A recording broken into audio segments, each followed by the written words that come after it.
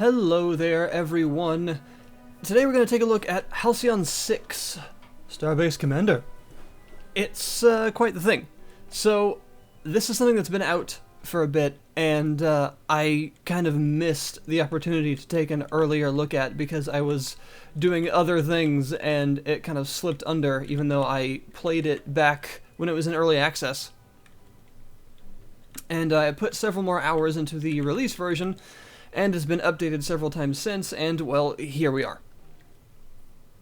So this is some early-ish gameplay of a bit of an interesting situation in Halcyon 6. So, what the heck is it? Well, Halcyon 6 is an interesting combination of some FTL-style random events in space, XCOM-style base building, and JRPG, like Final Fantasy-esque turn-based combat in space. So, yeah, it's quite the animal. And in fact, it was just updated like yesterday, to version 1.3, which changed a couple of systems around, like the fact that when your base here is attacked, no longer do you lose crew as a resource. Now you have this here, which is health, which makes more sense. And now apparently there's actual loot that you can equip your ships with. I don't know how that even works, because I haven't played yet. So, yeah. Adding new things constantly. The devs of this game, Massive Damage, are like just constantly adding and perfecting and like fixing. It's actually kind of incredible that they're still adding things. So, that's cool. But we're gonna get into how it actually works. So, yeah. This is my Starbase. Isn't it beautiful? And this is where the XCOM comparisons immediately come into play. So here you have the ability to clear out these bits here. Your Starbase is kind of strange alien tech, more or less. And most of it is unexplored ruins. And you will have to assign your various officers, of which I currently have 4. Due to a lack of crew, which I'm trying to fix at the moment. And you can send them out to clear out these areas in which different events can happen, including ground-based battles. And clearing them out will give you places to build new things. Like reactors for power, which you need for every other type of building, which all do various things. Oh, the fuel plant is a literal plant. I did not know that. That's interesting. So currently, I have one of my officers here doing a thing in the Officer Academy. Memory retention drills, which I believe will help us get more experience for every battle. So we'll level up a bit quicker, which is nice. And as you can see, all of these have different tasks available. Basically, they all have different research and things like that that all of my people can do. But I'm also fairly low on resources. You need all of these resources for everything, actually. And one of the things I really am currently wanting to get is... where is it? Where is it? This. Satellite drone control. And I need 750 dark matter and 550 materials, he says, for that. Because... here's how this works. Here on the, I guess world map isn't the best word for that. Star map would be a much better term. You have all of these nodes, and each of these nodes is, well, anything, basically. And here's where a very interesting part of the game comes into play with a lot of sort of risk management. Each of these is a possible production point for something.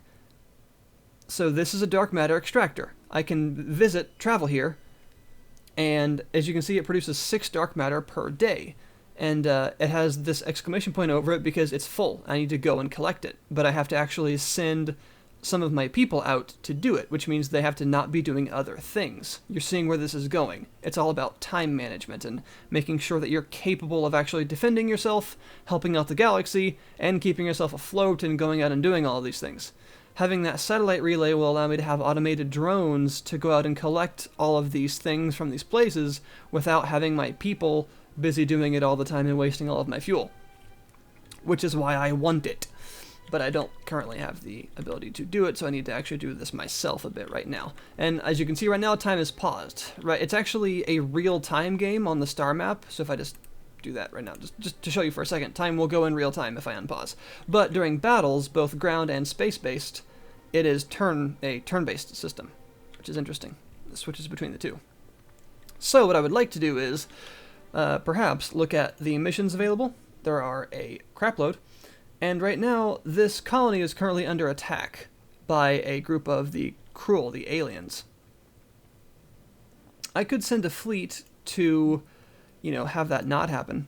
And it looks like there is a tier 2 ship there.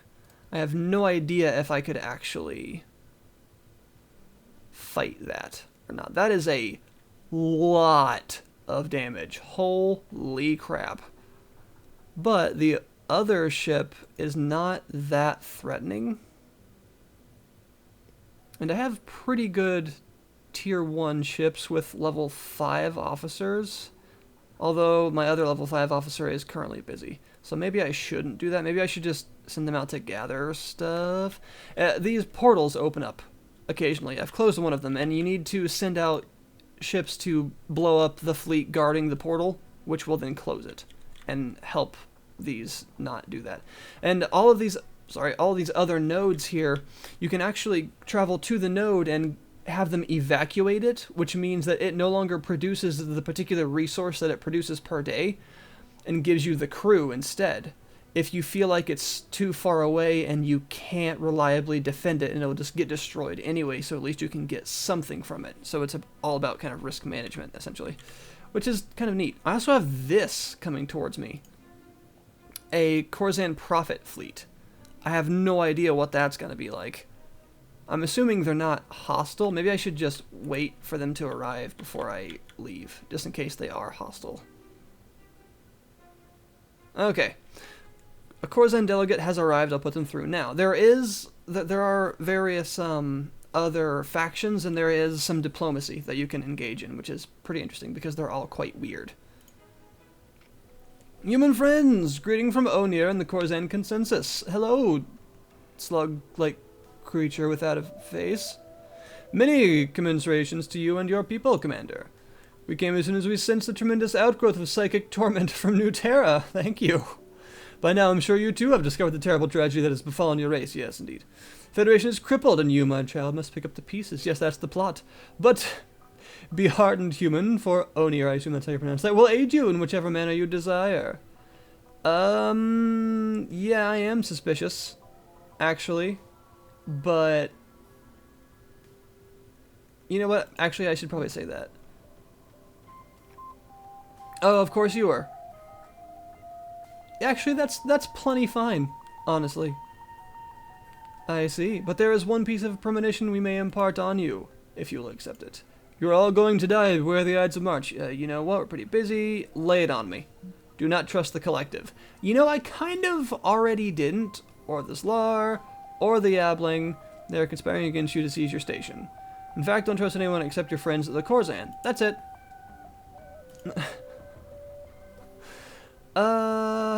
Uh-huh. I'm sure it must be. Oh, they're desert dwelling creatures. Okay, interesting. So there's the collective up here, which are sort of Borg-like. There's the Corzan Consensus. There's pirates over here, which I've already killed one of their various peeps.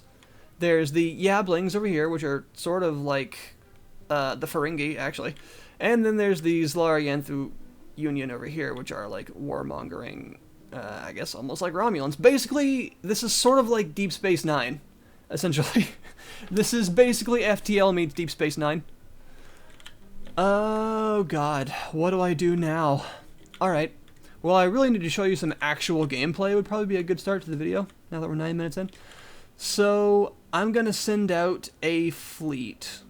I do have a ship for him, do I? Alright, yeah I do. I think the best course of action would be to start taking out more of the pirates. So let's go after one of the Shriekers. Alright. So, here's how you do this. Oh, this is different now. Oh, because they changed it to actually be able to equip items now that you can do that. And you can have your various ships, and your ships have different abilities depending on which ship you actually build for them. And your people have abilities as well, depending on what level they are and which abilities you choose every time you level them up. They have skill trees.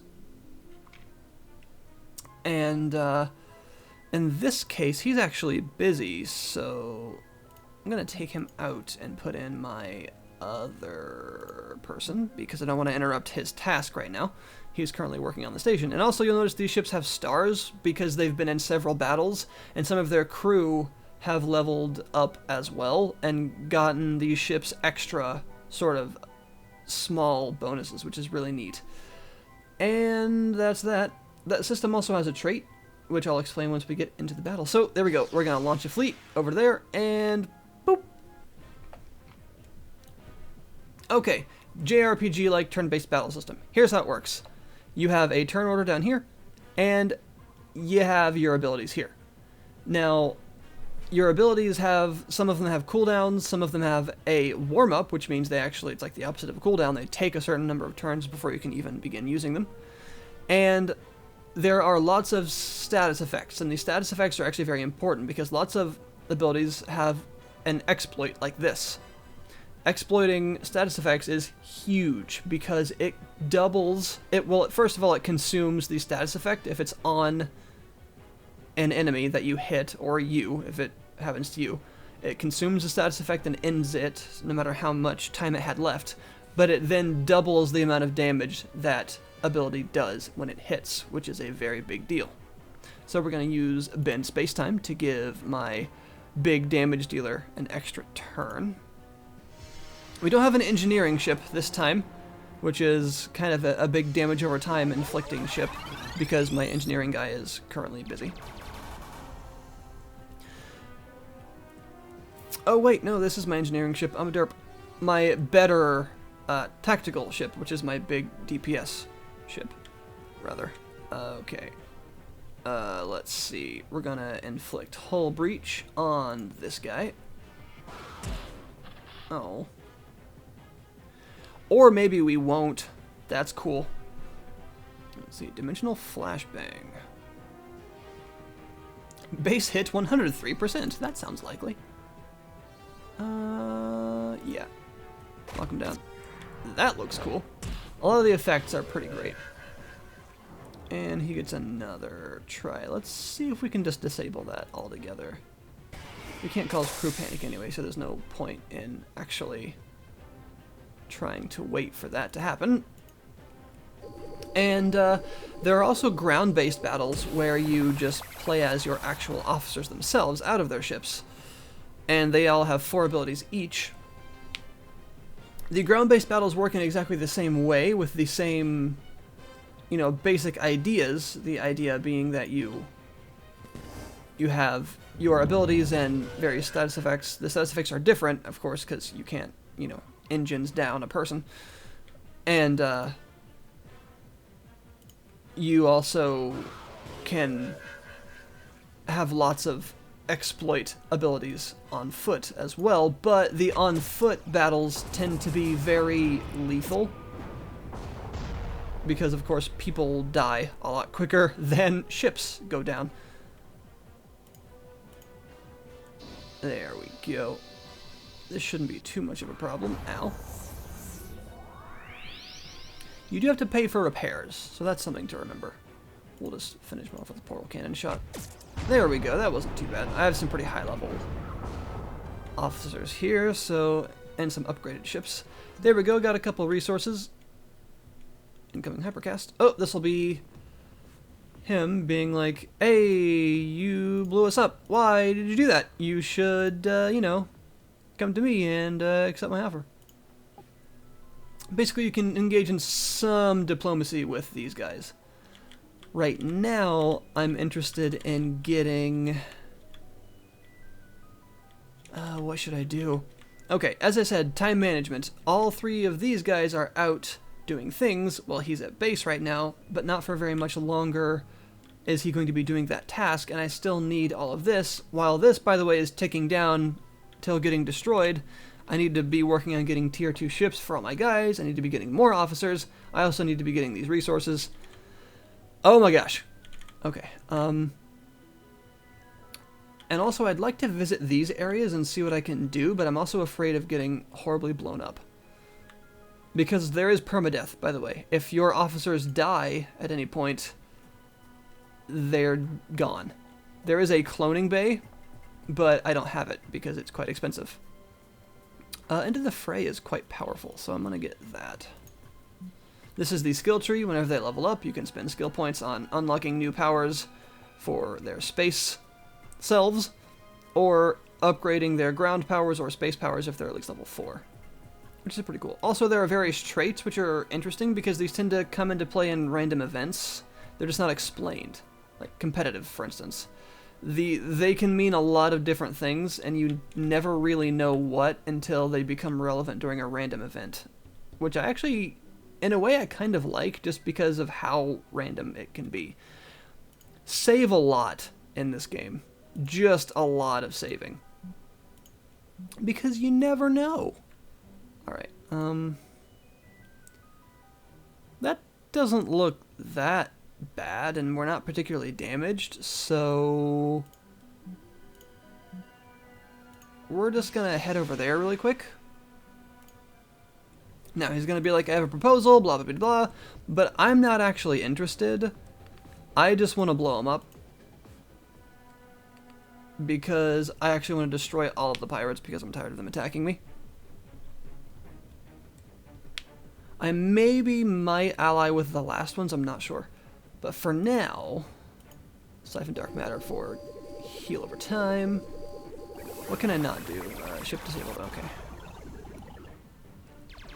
So, the game has an interesting sense of scale, because as you find out, essentially, you're quite outnumbered in the galaxy. And everyone else is at least as well armed as you, and seems to know a lot more than you. And you're just kind of like the remnants of a human federation, more or less, and you feel very, very ill-equipped and underprepared for all of this. And it genuinely does make you feel that way. Because of how hectic the game actually is, which I kind of like, you know, because as I've described to you, how much stuff you're expected to kind of juggle at once means that the game's mechanics actually tie in to how vulnerable you're meant to feel. And it works quite well, because you do feel quite vulnerable. You definitely feel like everyone else is better equipped, more well off, more prepared, and essentially just knows more about everything than you. And that you're not good enough at first to deal with all of this. You're not in the position to be the best negotiator, the sort of best at all of the crazy nonsense that you're going to have to do with, like, dealing with the various races, and the diplomacy with aliens of many sorts and things like that. And yet, keep going down. You gotta do it. It's interesting.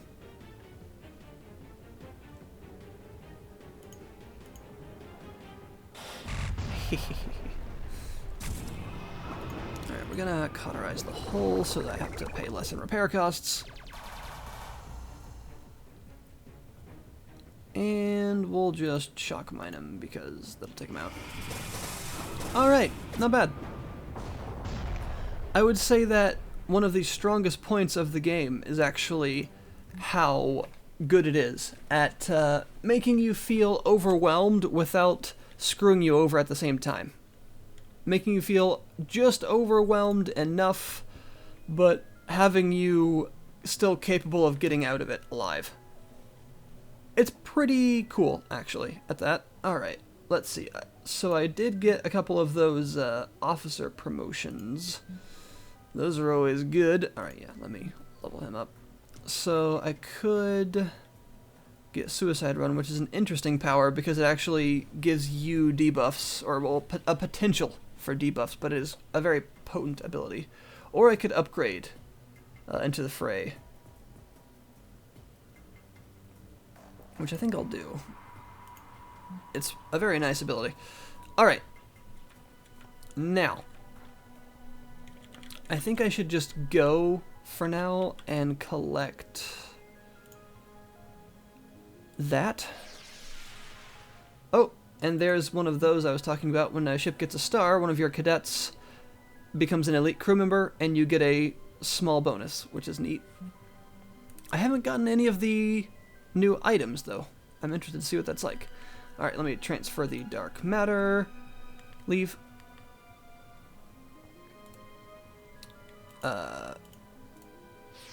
Get some fuel. Alright. And return to base safely. There we go. We now have a buttload of dark matter, some resources, and a lot of fuel. And we took care of another one of the pirates. And he should be nearing done with that mission of his as well. Which means we need to save now, because things didn't horribly blow up in my face for once. That's good. By the way, ship construction works like this. You just choose a thing and you build it, and it takes a certain number of days. Right now I only have the tier 1 ships available, but if I go to research, then you will see there is a hangar upgrade for tier 2 ships, which look something like this. I.e. amazing. But I need 1,800, what? Wow, that's gonna take a while. But look at that. Those look awesome. The Sorcerer. Well, I need that, obviously. The Ronin and the Archer. Those don't quite go together. The Magus and the Sorcerer, those go together.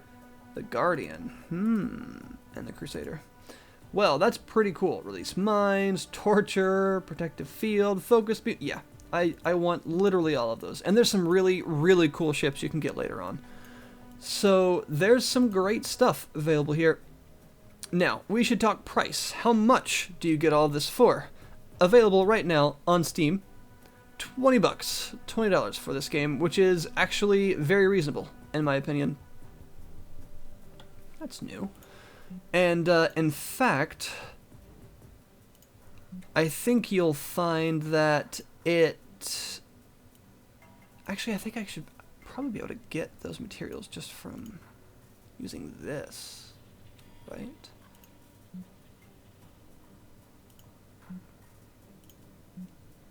Do 5... Hang on. 6 days? 17 days, because it needs engineering. Shoot.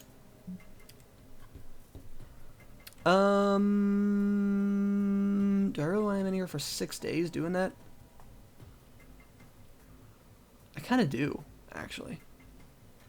No, I don't. No, I don't. I can get that from doing other things. Anyway, I think you'll find that for $20, you can have a very, very worthwhile experience here. And probably enjoy a particularly significant amount of just content that's available in here for a good amount of time. $20 is actually, I think, a fair asking price for all of what's available. And the scope just keeps improving and increasing with each update that they add, which is an impressive feat, I think, because the early access served the game very well, and it's just kind of gone up from there, which is nice. Alright, so that is done, and it's got 2 days left on that.